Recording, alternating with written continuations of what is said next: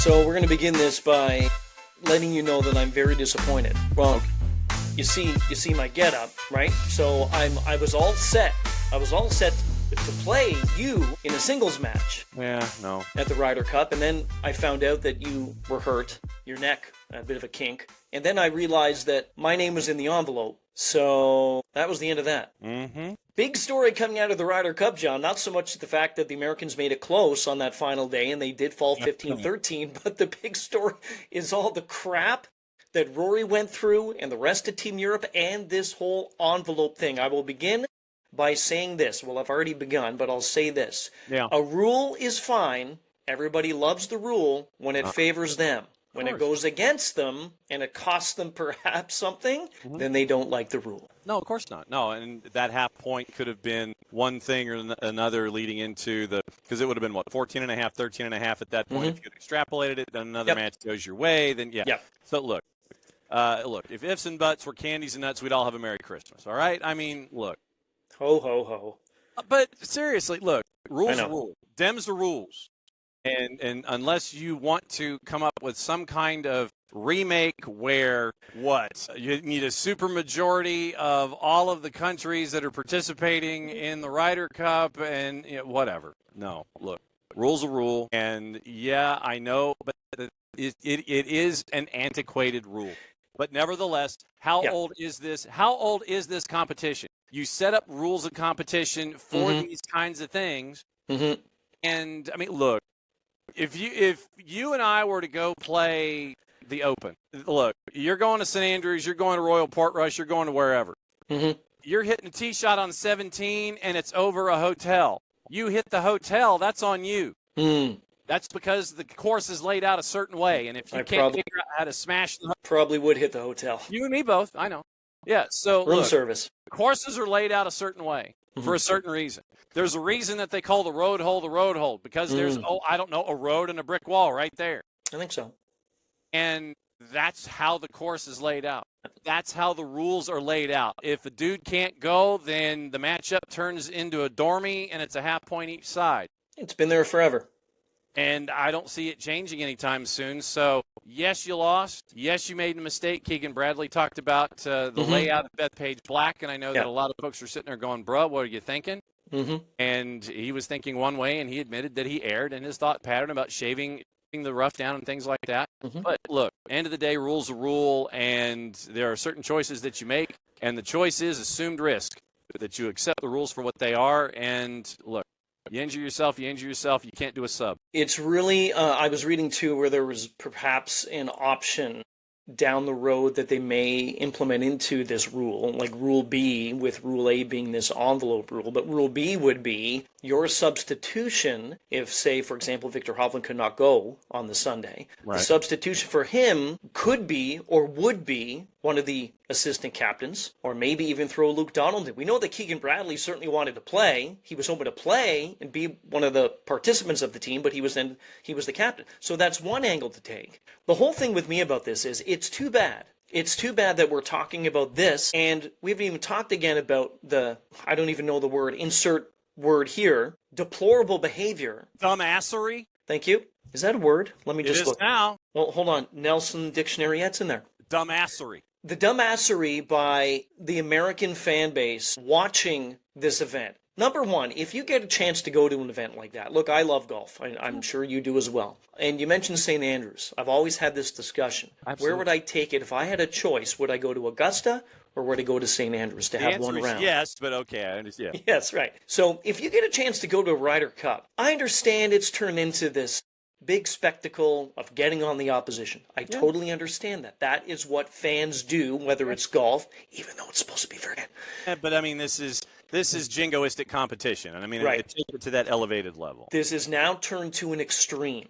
The abuse that Rory was taking specifically, and then his wife got involved in it toward the end of one of the rounds when someone threw something at her toward her. Idiot throws a beer and it lands on it. Yeah. So this to me is just, it's deplorable. And I sent out a picture on X. I still call it Twitter. I don't like X. I do too. It's the 280-character app for me. It is. So I sent a picture out, and there was a still shot of Shane Lowry and Rory on 18 when they were done. And you probably know the one I'm talking about. Yeah, the one where Rory's just absolutely gassed. Rory can barely stand. Shane is literally holding him. Shane's got his smile. He's like the big teddy bear that Rory needed. And he looked absolutely done. And I thought, okay, we talked about this last week, John. Golf is a more mental game than a physical game. For Rory McIlroy, that was about 99% mental, that he had to maintain his composure, maintain his game to be still played at a level that everybody expects it to be played at, and that he expects it to be played at, and still he was able to do what he had to do. My hat goes off to him a million times over. Yeah, and I think the one highlight that we all kind of reference in this case is where he's getting woofed at, and he's in the middle of his backswing and his routine and everything, and he backs away from his shot, and he basically gives it to the U.S. fan, basing him to shut the F up. Right. I love that. I thought that was fantastic. And then what did he do on that shot? Stiffed it to within 4 feet. Right. So stick it up your dumbassery, and you get what you pay for in that case. Yeah. So I'm hoping that dude got basically shut up the entire time, and his friends gave him all the grief when they were heading home, and will give him grief forever. Yeah, you opened your mouth at Rory, and it didn't even work. You stiffed it to 4 feet, and you know. Look, once again, quoting the great Roy Kent. Just because somebody buys a ticket, they think it means that they can say whatever abusive ish they want. There's a limit to it. Look, I've been to Davis Cup ties before. And you and I both understand that nation against nation, it is different. It is different than one-on-one. Yeah, but there has been this turn over the last handful of years. I mean, look, I gave Marin Cilic grief for wearing his hat backwards in a Davis Cup tie. I mean, that's what that was the real brainiac stuff I was coming up with. Shame on you, John. I know, really.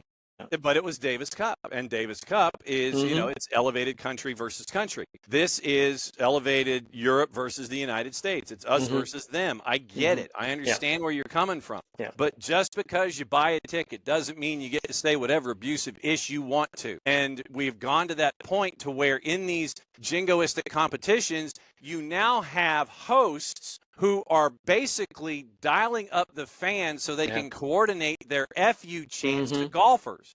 Mercifully, this particular host was understood to sit there and go, yeah, I know I effed up, and resigned and did whatever. Look, a lot of profanity in this episode. Carry on. Yeah, well, look, I'm gonna say this. MMA. I'm gonna say this. If you're gonna be an idiot, just be prepared to have idiot come back at you. Your own idiocy. 100%. If you give out 100% idiot, just know that coming back, you can take it. As long as you can take it, and that's great. But there are lines. There are lines that were pole vaulted over at Bethpage Black when it came to yelling at golfers. I mean, look, it got to the point to where Shane Lowry, a big brother, wanted to go chasing after patrons. He was going in the first row of staying. He was going in the first row deep. He was going to take some out and absolutely destroy them.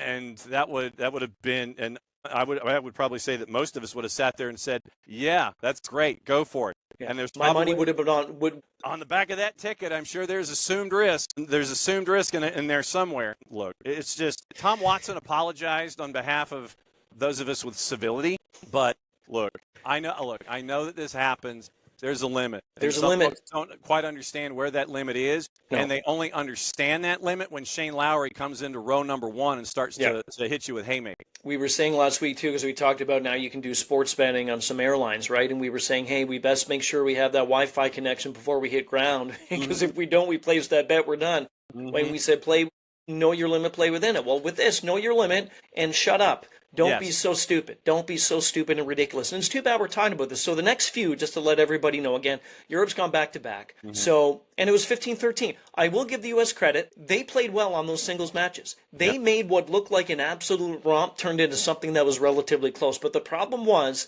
the foursomes that Keegan Bradley sent out on day one and day two made absolutely no sense. It just made no sense whatsoever. So they had a long way to go. So they have Ireland in 2027. and then you're back in the U.S. in Minnesota in 2029. Then 2031, you head over to Spain. So here's my thing. Let me ask you this, and I know that there's no answer that you have, and there's no answer that I have, and I don't know how we can do this. How can we settle these fans down so that they don't exactly? Nope. So then, should the U.S. or Europe, should they just be thinking, okay, this is part of the event, we need to take it? I know Shane Lowry, and look, Rory's strong. And Shane Lowry said after, he said, I live for this. I live for the Ryder Cup. I get up every day, and all I want to do is play in this Ryder Cup. Yeah. But at the end of it, John, they're human beings. Yeah. Human beings. Yeah. But no, they're supposed to be automatons that play golf, and we're supposed to be able to throw insults at them and say whatever the hell we want. No, it doesn't work that way. Even though we've gotten to a new stage, I will be interested to see what it looks like in Ireland. Hazeltine might be a bit of a tamer environment just because it's Hazeltine, and people might be fighting off the state bird of Minnesota, otherwise known as the mosquito. Right. And, well, dude, I went to a reunion once in Minnesota, family reunion. Is it that bad? Yeah, it was horrendous. Really? Because I literally go to the reunion, nightfall, summertime, Minnesota. I go outside for like 15 minutes, and it is all up and down my arms. It was bad. It was a bad scene. Look, take your dryer sheets, take your off. You're going to need it. Might be too busy doing that instead of woofing at people. Yeah, it's too bad. It is, and it put a real damper on what was and what is an amazing event. To me, it's one of the best sporting events in the world. It really is. Every 2 years, I'm glad they do it every 2. I do it every 1, but hey, let's do it every 2. Let's just. I bet you. Oh, I don't bet you. Imagine if the European fans in Ireland, if all they do is say boo.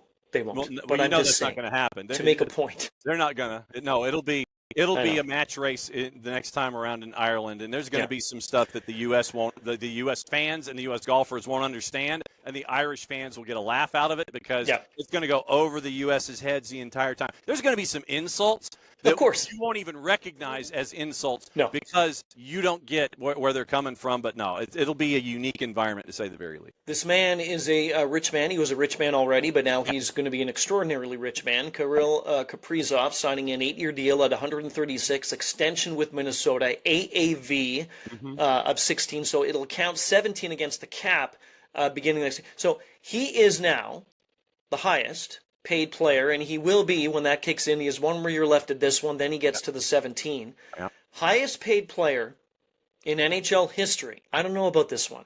From one perspective, money's great. Good on you. You sign that deal, you get that much cash. That's terrific. Great. My thing is Kirill Kaprizov understanding, or does he know something we don't know? Again, hockey changes every game. There's 82 of them, and you go to the postseason every year.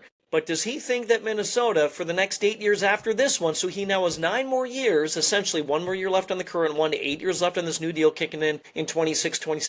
Is he confident enough in this team that they're going to be competitive for this amount of time? I don't think they're going to be, John, because I always say this about hockey. Minnesota's a good team, yes, and they are competitive. They do make the playoffs. They're up there, yes. But all these other teams are still moving that direction as well. And one of the teams close to me, Toronto, they made it quite known that you cannot win with one player, or 4 in that case, that makes so much money and takes so much of the cap against the rest of the team. Where do you stand on this? Good on you for getting the money. I applaud your agent for all of this. Right now, projecting the cap at 104 for 26-27. I'm not even looking at this year. I'll get back to that in a second. So if the cap is projected at an $8.5 million increase year to year, and then it's 9.5, and then it stays at 113.5 for 28-29, which is kind of odd looking. So 26-27 caps at 104. Projected cap hit right now is just about 81 million. So that means you've got 23 million in cap space for next year. The decisions that you have to make for 25-26 after this season are Vladdy Tarasenko, Mats Zuccarello, who's on long-term IR, Marcus Johansson, Vinny Hinostroza, Zach Bogosian, who will be 36. Keep going. Those are all UFAs. David Jiricek, who's restricted. Philip Gustafson, who is in net, one of your 2 goalies. And then, those are the decisions that you have to make to try to work the rest of that cap money that you've got available to you. $23 million to work with this new deal. How are you going to fill those 7 or 8 spots at $23 million to think that you're going to be chasing after everybody in the West that you haven't caught yet? What I think of this is you have Kaprizov then at 26, 27, going to make 17. As of the contractual situations right now, as you did mention with some of these players in Minnesota, the next highest paid player, at least when it comes to forwards, would be Matt Boldy, again in 26, 27 at 7. On the back end, Brock Faber at 8.5, Spurgeon 7.575, and then in goal, as you said, Philip Gustafsson, he's going to be UFA if it gets to that point. Mm-hmm. You cannot win, John. No. You cannot win with that much of a gap between your highest paid player and everybody else on the team. This is not to say, as you did say as well, that the team and management, Billy Guerin and company, can't go out and they can find pieces, put them in place. But to me, this is good on him again. It's an extraordinarily high contract on a team which I do not see as a Stanley Cup winner, let alone I don't see them as a Stanley Cup contender. Do I see them as a playoff team? I do. But that West is crazy. There's a lot of teams. I'm just going to name 3 quickly. Colorado, Dallas, Winnipeg. They've got to get through any of those teams to come out of the West, and then they have to find a way, if they do win the Cup, to get through the team in the East. It can happen, I understand that, but I just think that this commitment by Kaprizov and the team, that's fine on a personal note for the money, but long term it doesn't make sense that this is a winning organization that's going to upend a lot of the other seeds right now in the West. Colorado, Dallas, Edmonton, Winnipeg. I got you at 5. Yeah. I got you at 5 tops. And right now, going into 26-27, you've got 7 active roster spots available, $23 million to fill it. So that's like 3.5 per roster spot. Are you going to go the Florida Panthers way and try to sign dudes on Missouri contracts? Hey, I'll give you a 1-year show me deal. Is that what you're going to try and do and try to get those fringe dudes that you think if they hit right, you're gonna sit there and go, yeah, I'm gonna go 28 red and then spin it in your hope that you're there? I mean, it's a gamble. No, it's a gamble. It's a gamble. I am sitting there going, not going to happen. I don't see it. This also leads me to think about, and I wanted to run this by you too, about the stage that Connor McDavid is in now. The UFA class for 2026. Kaprizov is now off that UFA class. Of course, we just talked about that. He signed, but it was a pretty sexy one going in. Kaprizov is a UFA, was. Bobrovsky is. Panarin is. McDavid is. So there's players, Jack Eichel is, there's players that could go to free agency. But to me, I just don't know if a lot of them will, because teams will be quite silly if they end up getting to that point and letting them go. Point is this. When it comes to McDavid's contract, I don't want to ask you about is he going to re-sign with Edmonton. I think there's a 97% chance he will. Leave a 3% option that he won't. But I would bet that he doesn't care less that the next contract that he has would make him the highest paid. He's looking at this thinking, that's great. Good on you. 17, fine. The narrative's going to be McDavid should be the highest paid player in the league. The best player in the game should be the highest paid in the league. I don't necessarily buy that. And that's all due respect to McDavid being the best player in the game. You don't need to have the most money to be the best or to be labeled as the best. It's what you do on the ice. Kaprizov's a great player, but McDavid, he's above everybody else. Well, and I forgot to mention Vegas. A healthy Vegas puts Minnesota at 6.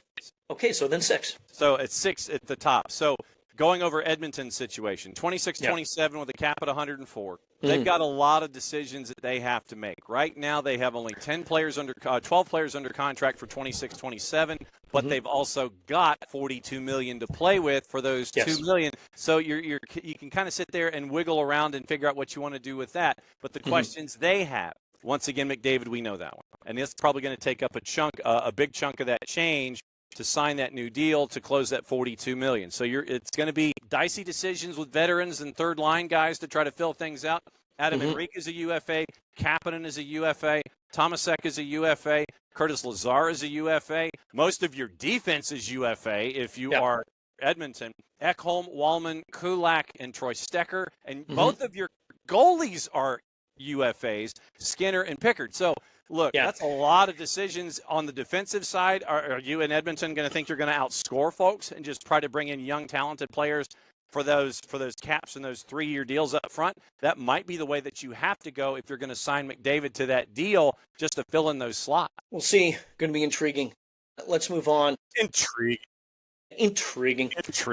MetLife turf, John, needs to go. There's a ton of injuries that are happening. Do we know for a fact it's the turf? Do we know for a fact it's the turf? Yeah, do we know I know, because I know we're talking about Malik Neighbors, and I know, yeah. I mean, look, if there is some kind of empirical evidence that it is the turf at the Meadowlands, then look it up and figure it out and find out what happened. I mean, I was looking at that slow-mo, and, I mean, it was literally you plant and the knee goes a direction it's not supposed to. East-west is never good for a knee. And then you could tell that something was wrong.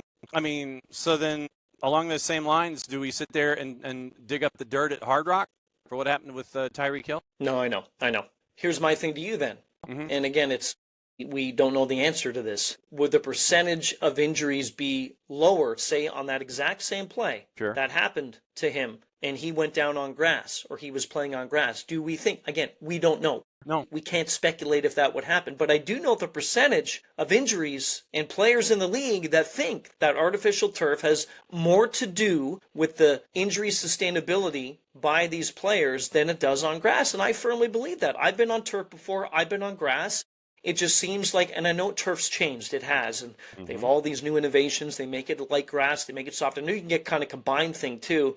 You can use some turf and grass together. I do think there's a correlation. Is it a direct one? I don't know, but I do think that turf has something to do with the severity of the injuries, John. And also the speed of the modern day athlete. Yeah, fair enough. It's You're ridiculous. also talking about somebody who's going 20, 21, 22 miles an hour, and they don't have brakes. And when the brakes work, they've got to work only one way. Right. You gotta mash down the brake pedal and hope the pads respond. I mean, if you got to make sure that the tires are working and that they're right. But Malik Neighbors, I mean, it was a devastating injury for that offense, a devastating injury for a very young, talented player. And we have this debate all the time, and I just in this particular case, I'm looking for it's an easy out to sit there and go, it was the turf. Of course. And then everybody sits there, well, what about the physio staff or something like that? They're not, so I need more empirical evidence in a case like this, but a devastating injury for the Giants in that offense. So the numbers, I was just looking it up, 69% of injuries or players more likely to suffer non-contact foot and ankle injuries on turf than on grass. And a recent NFLPA survey, 92% of the league, last time I checked, that's a lot. Don't think I got one of those in school, but whatever. Right. Yes. They prefer grass over turf. 6 couldn't care less. 2% preferred turf. Percent, John. Out of 100% of the NFL saying we prefer grass, you got to listen to your players. I think you got to listen to them. Well, then, are you going to rip all the turf up? All these stadiums. Exactly. Yeah. So. Yeah, I know. Well, let's just go ahead and damn the idea of trying to make sure that surfaces last for a long time instead of having to sit there and replant. Look, I get it. I understand it. I'm not a quality athlete by any stretch of the imagination. I look at it as these injuries happen to these high-profile athletes, and it's disappointing when it does, but I think that it's an easy out to sit there and blame a surface unless you have more empirical evidence to do. Completely agree. Last one, baseball playoffs. They finally, after that wild weekend, we know what is going to go on. So here's what we're going to look at going to the divisional series. Then we'll talk quickly about the wild card. Yeah. Because whoever wins these WC ones will get to the NL and the ALDS. So Yankees, Red Sox, winner of that series will take on the Blue Jays in Toronto in Game 1 of the ALDS. The other one, Tigers, Guardians, winner take on Seattle. Then you got the Cubs, Padres. They're going to Milwaukee. Whoever wins the wild card, and the Reds and the Dodgers will battle it out, and they will go into Philly. Do you like the wild card? Do you like this extra series to determine another team that will move on, thus expanding the playoffs? I know it didn't just happen this year. It's been around for a little bit.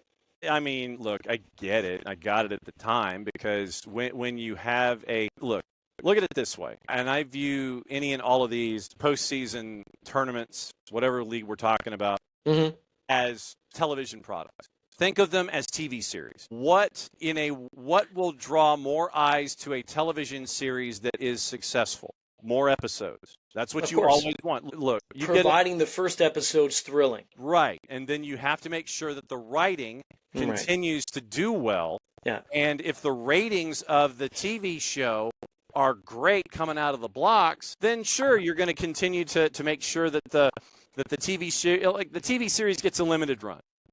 Give you an example, and this is how completely and totally out of control I was in the 1980s. There was a limited-run TV series on NBC called Stingray with Ethan Cuso, and it was one of those summer replacements. And the way that it worked was it was a minimal run of 6 episodes, and it was a Stephen J. Cannell thing, and it was, A-Team, Remington Steel, Riptide, and hey, in the summer, it's Stingray. Stingray got a great 6-week run in the summer. The ratings were fantastic. They wanted more, but then when they came back and gave it a full fall run, the ratings were awful, the writing stank, and it went off the grid, just like that. So you've got to make sure that if your product is a desirable product, that the writing is going to be there, and in baseball's case, if you make more episodes of this series that writes itself, you should be okay. So the wild card, I get it. If you expand it out past the wild card to where you go wild card play in, and then you're kind of going outside of the box, and it's like you're trying to create too many episodes. Yeah. Keep it simple. Keep it simple. Do it right, and you'll gain the viewers. I saw this. I won't go into who you picked to win these wild cards. We'll talk, obviously, next time we convene. There'll be, I think, 2 games in at least in each of these series. But there was a panel of 25 that were asked to pick the winner of the Dodgers and the Reds. 24 picked LA. Only 1 picked the Reds. Yeah. Anyway, we'll see. Look, you got your episodes out of the blocks. Detroit and Cleveland, that'll get you in the Northeast. San Diego and the Cubs, that'll give you a base. Boston and the Yankees, that's can't miss television. Can't miss TV. And LA is LA, and you want to see them for all the shiny lights that they put in there anyway. So the episodes line themselves up. Will the writing hold up? That's the big question. We'll see. Going to be fun. We'll be back later on this week, John. Always a pleasure. Too bad we couldn't get our tea time in, but hopefully next time, in 2 years from now in Ireland, we can do that. Don't be a dumbass. Thanks, John. We're here for it.